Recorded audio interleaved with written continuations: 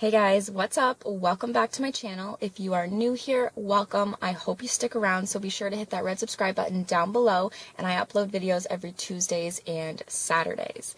So for today's video, I wanted to do something a little more relaxed where I can just sit with you guys in my car and just chat about something that has happened in the past. The reason I'm in the car is because Keegan and Dan are inside and I didn't want to have to deal with all the noises and all that.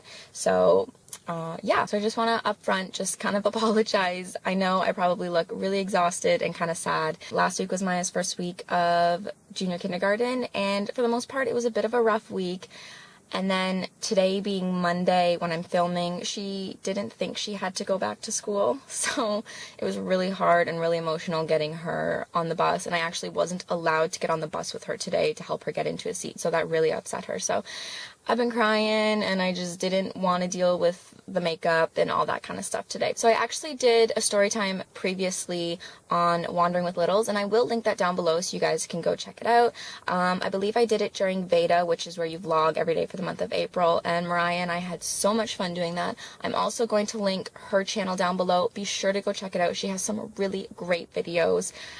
Mariah's taught me everything I know about YouTube and editing, so definitely go check out her channel. Let's get into today's story time. It is all about when Keegan jumped off the couch and cut his forehead open pretty deep on the living room table. So let's just roll the intro. Follow me and we'll find something more than this light.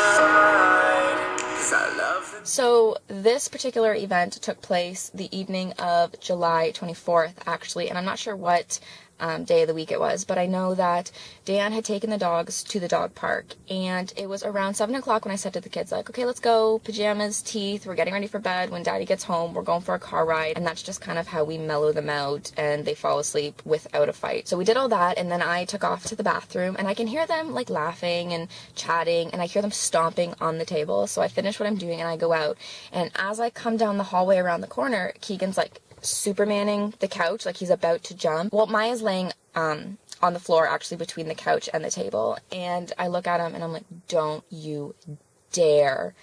And he just gives me that friggin' Keegan grin where he's like, watch me, ma, and literally like just took off Superman. And right as he took off from the couch, Maya felt the need to, with her feet, push the table away, and his head just slammed into the edge of the table. And our table is a wood top with a steel frame, and at first, like, you have that moment where your heart just drops, and it all, like, so much stuff goes through your head in that split second. And at first it sounded like his mouth, like it didn't look like he hit his head. And I'm thinking, oh dear Lord, there goes his teeth, like this is great. So I run over and I pick him up, and he's doing that thing where he's so friggin' traumatized and scared that he's trying to cry, but there's just nothing coming out, and he's like gasping to take a breath, and the blood is just pouring down from the cut on his forehead, covering his eye, and I'm like, I don't even know what to do. I freeze up, and so I take him into the kitchen and I set him on the counter, and I'm trying to see if he will let me wipe everything out of his eye, so maybe he'll calm down a bit. And at this point, I'm really trying to hold it together, but Maya's still kind of like, what the heck's going on, Mom? And I ask her, like, bring me my phone, I need to call Daddy, but I'm like, I mean, you could tell there's something wrong in my voice, and that's when she's like, oh my goodness. And she comes over and she's like, why, Mommy, what is going on, why? And she's like freaking out at me, yelling, and I'm like, Maya, just give me the phone, please. And so I call Dan, and I'm like, get home now. And he was on his way home, but I'm like, get home now. Keegan like smashed his head on the table, we need to go to the hospital. And he's kind of like trying to process it, and he's like, okay, I'm almost there, but he didn't know the severity of it. So he walks in the door, and I'm holding a paper towel to his cut, and it's just soaked in blood, and there's blood on his pajamas, not a whole ton, but enough that you're kind of like, whoa. And we get the kids in the car, and the hospital is about a 3-minute drive, maybe less, from our house. But on the way there, Keegan is trying to fall asleep, and it's like, no, buddy, you need to stay awake. Keep your eyes open. We're almost there. We're going to the hospital. And we get there, and we go in the ER, And there's this really nice triage nurse, and he kind of asked me a couple questions, and I felt so guilty, you know, like that mom guilt, and I'm thinking, like, my poor kid, and what are people thinking? And so I'm like just a mess, and he's a mess, and Maya's a mess, and Dan was the only one who was remotely like, it's gonna be okay. And so the triage nurse gives us like a popsicle and some ice and like antibacterial stuff to try and wipe it. And for a solid like 20 minutes, I'd say Keegan was just crying, then he'd stop, then he'd cry, then he'd stop, then he'd scream in my ear, then he'd stop. And eventually we moved down the hall where it was just us, and he was coming around, he was chatting, and when he's referring to a popsicle, he calls it a hospos. So he was like, me hospos, mommy. So him and Maya shared the popsicle. And then this really nice lady came by, and she was asking questions about their age, and she's like, don't worry, it's gonna be okay. She got him an apple juice, and I thanked her, and Keegan was so excited because he loves apple juice. So that was fine. So it was probably about 45 minutes before we got into a room, and by that time Keegan was himself. He was chatting with people, he was asking questions, he was talking about what had happened. He kept saying, like, he jumped off the couch and hit his head, he's got an owie on his forehead, it's bleeding. He was like trying to tell Maya as if she hadn't been there. They were just kind of chatting, and then on the hospital gurney you could put the sidebar up, and we did that while he was laying there, and then all of a sudden he just wanted to try and jump off the bed over the bars, and it's like, dude, do you remember what just happened? Like, come on. So we had to stay for 4 hours. That's like their watch period, which was fine.